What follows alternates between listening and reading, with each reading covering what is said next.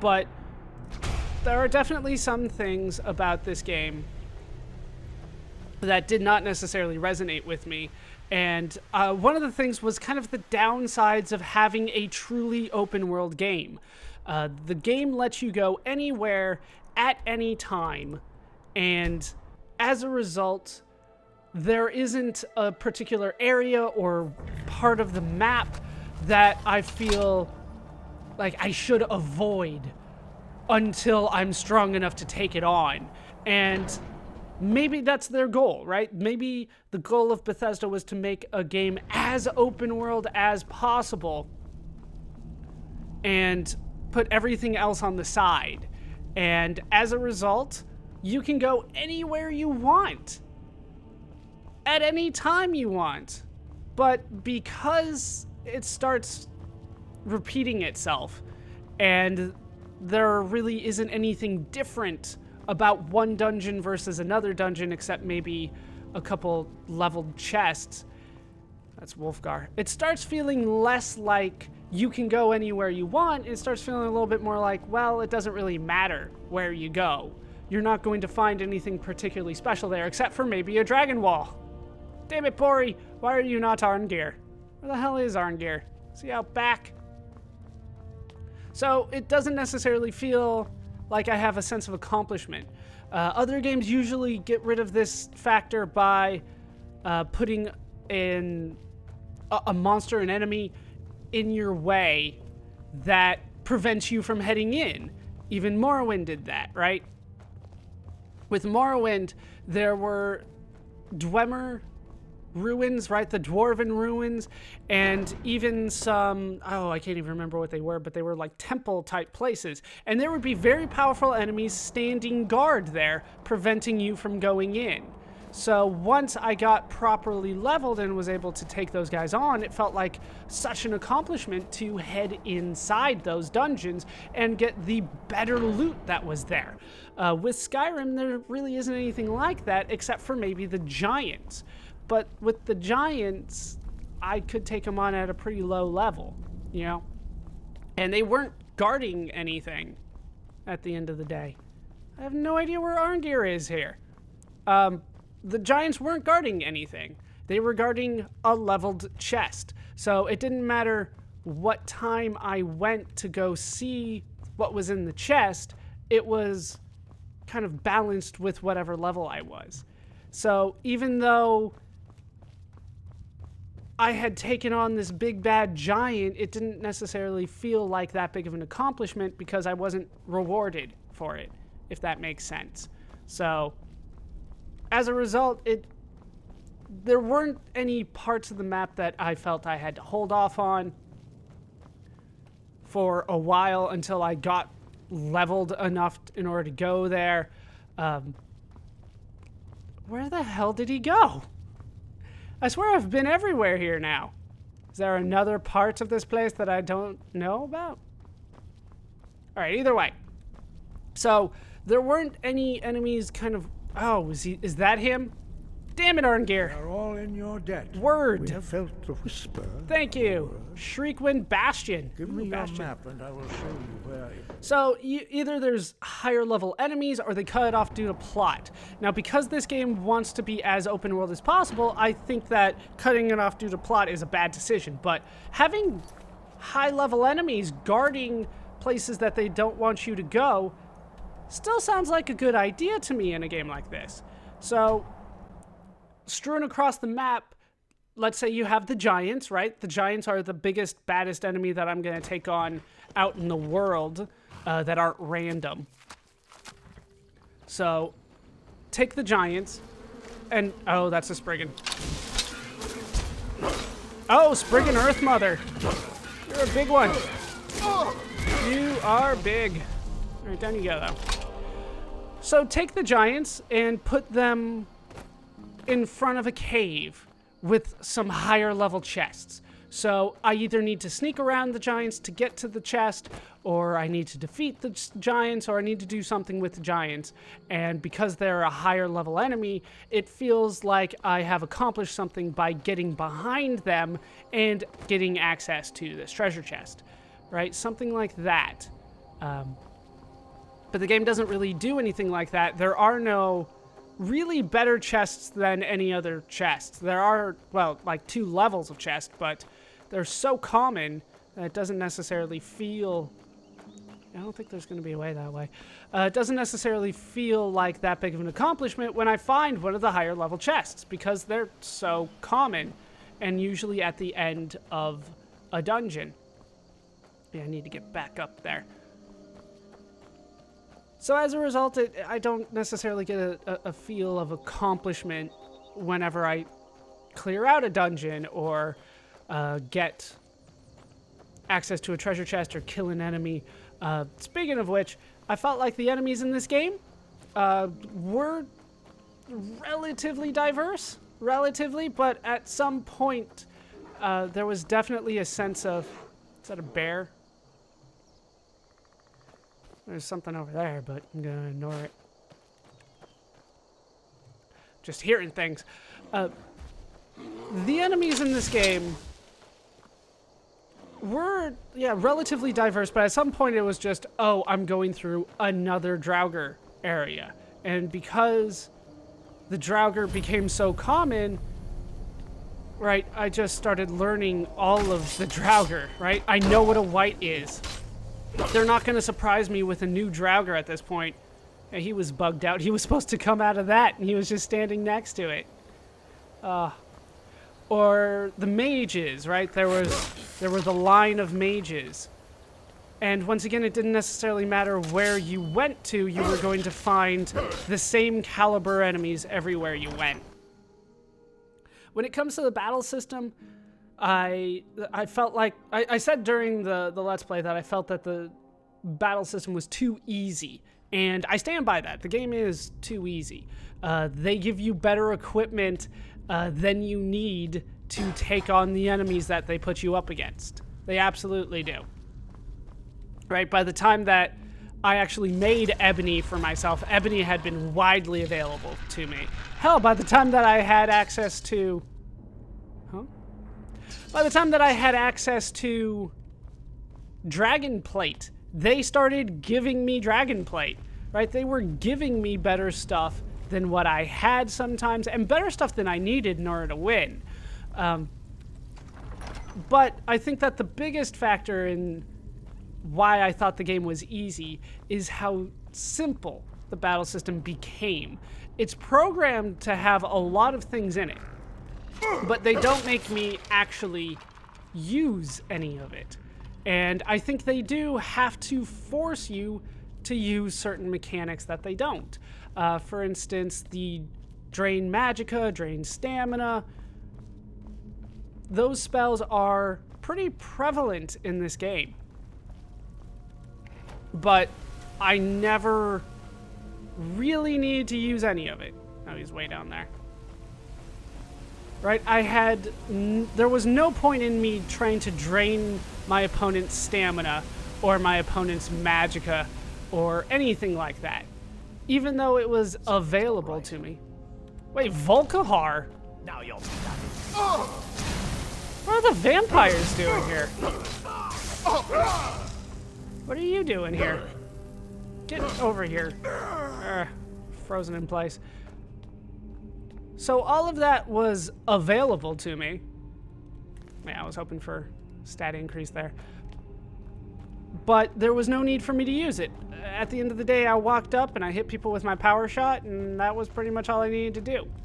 I would have loved a more complex system than what I ended up having. And I think that there are possibilities there. For instance, let's go over the Thieves Guild real quick. The Thieves Guild, I had to sneak my way in. I had to pickpocket my way in, which I failed, but they still let me in. All right, something's gonna come out of there. Is that just a scourge? Yeah, it's just a scourge. So much for them leveling things with me. But like the Thieves Guild, I had to sneak my way in, which I failed, but they let me in anyway. Grace? Elemental Fury? I already had that one. Imbues your arms with the speed of wind, allowing faster weapon strikes. You know what? I should probably use this one. should probably use that. See what I can do with that. But as you went through the Thieves Guild, this kind of combines all the things that I've been talking about so far, with the sense of accomplishment, the barrier to entry, which I would like to see more in this game, and the simplicity and kind of how easy it was. So the Thieves Guild. I joined the Thieves Guild. I should not have been able to, if we're being honest, right? I am not a thief, do not claim to be a thief in this game whatsoever, yet they let me in despite failing the pickpocket and the lock picking, which, if we're being honest, I completely screwed up. That was all on me. The game kind of told me what to do, and I did not listen and went a completely different path. But as we're going through the Thieves Guild, they did not require much of anything in terms of thievery from me. I was allowed to kill everything that saw me. Everybody that saw me met their end pretty quickly. And they still counted it as me being a good thief, as far as I could tell. I don't necessarily agree with that. Damn it, Arngeir. Why don't you just stand at the entrance? You're the only person I care about. You're supposed to be my contact or something. See up here? Maybe he is in bed this time. Arngeir! Arngeir! We are all in Word! I felt the whisper Thank you! of a word. Give me your map and I will show you where He did mark it, didn't he? No? its echo can be found. There we go. There we go. So as I go through the Thieves Guild, I require very little thieving, right? I just kind of go in, kill everybody, take the thing, and walk out. And they count that as being a thief. But I don't really feel like a thief as I go through it. And I kind of make that joke as I go through, the best thief of all time, when in actuality, I'm a terrible thief, right? Like, everybody knows what I'm doing, I just don't let them stop me. So, as I go through the Thieves Guild, I don't feel like a thief. I don't get a sense of accomplishment because it's not that difficult. I don't feel like a thief. Then we get to the final quest. And the final quest, right, was to take on the former head of the Thieves Guild. And it goes through this whole kind of assassin's line, which was a little weird for me. Right, we went through the Nightingale bit. Yeah, I guess I'll go this way, if they let me. We went through all that, and we ended up taking on the prior head to the Thieves Guild. This was a guy that was also supposed to be very, very sneaky. Is that a dragon I hear, or just the wind? It's like just the wind. So, you would think that in order to defeat the head of the Thieves Guild, to become the head of the Thieves Guild, I would need to do a lot of things like a thief. Like, I would have to out-thief him, you know? But that was not the case. I should probably help you guys out. I don't want to hit you, though. What do you think you're doing? Yeah, sorry about that. I could kill you pretty You are not quickly. And off they go again. Leaving a straggler. She'll get back up eventually, though. She'll head out with them. So, the end of the Thieves Guild, I go through a dungeon, and I don't think I had to actually, like, lockpick my way through it. Never should have come here. I don't think I had to actually lockpick my way or pickpocket my way through it. I think there were lockpicks in there, but I think they were all optional. I could be wrong about that one, though. There could have been a couple doors that I had to lockpick my way through. But I didn't have to sneak, that's for sure. And the final showdown with the head of the Thieves Guild was just a face-to-face confrontation in which I hit him with my axe, I believe 4 or 5 times, then he went down, and then I'm head of the Thieves Guild. With very little thief skills. Right? So, I think that was a huge missed opportunity that ultimately became too simple and didn't give me a sense of an accomplishment that I wanted. Is this locked? No? What's through here? Oh, it's barred from the other side.